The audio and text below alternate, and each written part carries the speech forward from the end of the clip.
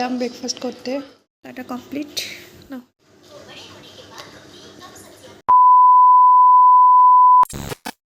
Hello guys, আমি Sudipta and welcome to my blog. আশা করি তোমরা সবাই ভালো আছো, আমি ভালো আছি। তো চলো ব্লগটা শুরু করি, তোমরা পুরো ব্লগটা দেখতে থাকো। আর সবাইকে জানাই শুভ নববর্ষ। সবার এই বছরটা অনেক অনেক ভালো কাটুক, আর তোমরা আশীর্বাদ করো আমারও ভালো কাটুক। তো চলো এখন ব্রেকফাস্ট বানাবো, কী কী বানাবো সবটাই তোমাদের সাথে শেয়ার করবো।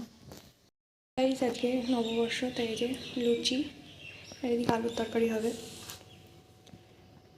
তো নববর্ষের দিন একটু স্পেশাল স্পেশাল রান্না তো হবেই, তাই না? সবার বাড়িতে কিছু কিছু না স্পেশাল হবে। তো আজকে দেখি বরকে পাঠিয়েছি বাজারে, কী কী বাজার করে আনে, আজকে স্পেশাল স্পেশাল কী কী রান্না হয় সবটাই তোমাদের সাথে শেয়ার করবো। তো চলো ব্রেকফাস্টটা বানিয়ে নিই, অর্ধেক বানানো হয়ে গেছে, এখনও তরকারিটা বাকি রয়েছে। তো বর বাজার থেকে চলে এসেছে, আর দেখি চলো কী কী বাজার করে নিয়ে এসেছে। বলেছিলাম চিকেন আনতে, তো দেখি চলো ভিতরে গিয়ে। তো ওইদিকে সবজি বাজার করে নিয়ে এসেছে, আর এদিকে নিয়ে এসেছে চিকেন। তো শাশুড়িমা যেহেতু চিকেন খায় না, সেই জন্য আমাদের দুজনের জন্য চিকেন নিয়ে এসেছে, আর মায়ের জন্য নিয়ে এসেছে মাছ, কাতলা মাছ। ব্রেকফাস্ট করতে সবাইকে শুভ নববর্ষ জানাও। সবাইকে শুভ নববর্ষ। তো ওই যে ওকে দিয়েছে ব্রেকফাস্ট, এই যে আমার, আমিও খাবো।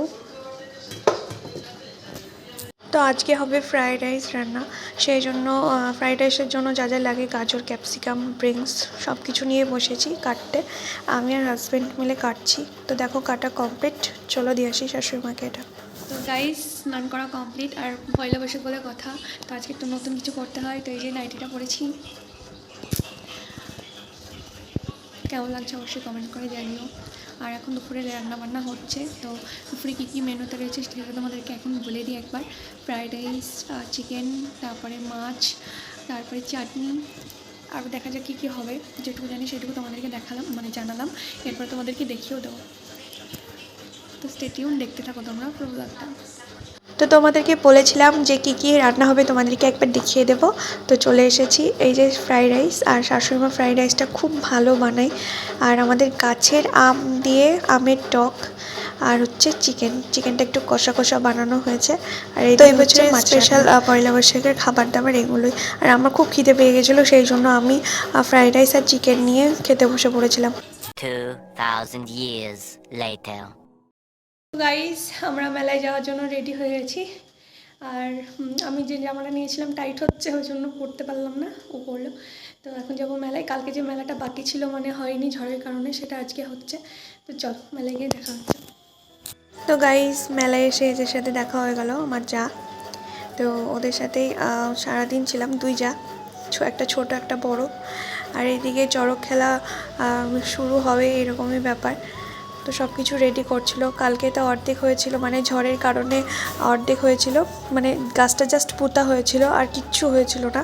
তো আমাদের একটু কিছু খেতে ইচ্ছে করছিলো, তো আমরা ঝাল, মানে আলু কাবলি, ঝাল আলু কাবলি বলে এটাকে, তো ওটাই নিতে গিয়েছিলাম। তো সবাই মিলে আমরা দাঁড়িয়ে দাঁড়িয়ে এটা খাচ্ছিলাম, আর একটু বলেছিলাম বেশি করে ঝাল দিতে। আর এদিকে অপেক্ষায় দাঁড়িয়েছিলাম যে কখন চড়ক খেলা হবে। তো দেখতে দেখতে শুরু হয়ে গেছে, এখন পুজো চলছে, তো পুজোর পরেই খেলা হবে।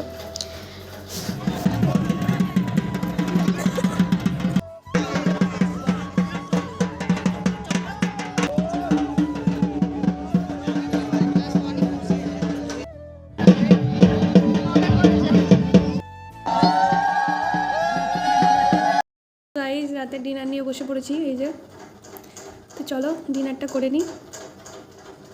তো গাইস তোমাদের যেটা বলছিলাম যে ওখানে চড়ক দেখতে গিয়েছিলাম, ওখানে চড়ক মানে খেলাটা অর্ধেক সম্পন্ন হয়নি বলতে গেলে, অর্ধেক হয়েছে। তো সেই জন্য পুরোটা তোমাদের সাথে শেয়ার করতে পারলাম না, যেহেতু প্রথম বছর হচ্ছে এখানে, কিছু তো ভুল টুটি থাকে, সেগুলোকে ক্ষমা করে দেওয়াই যায়। পরবর্তী বছর থেকে আরও ভালো হবে, এর থেকে অনেকখানেই রাখছি। যদি তোমাদের ভালো লাগে থাকে do like, share, follow, subscribe করে দিও। আবার দেখা হচ্ছে নেক্সট ভিডিও নিয়ে। Tata, by.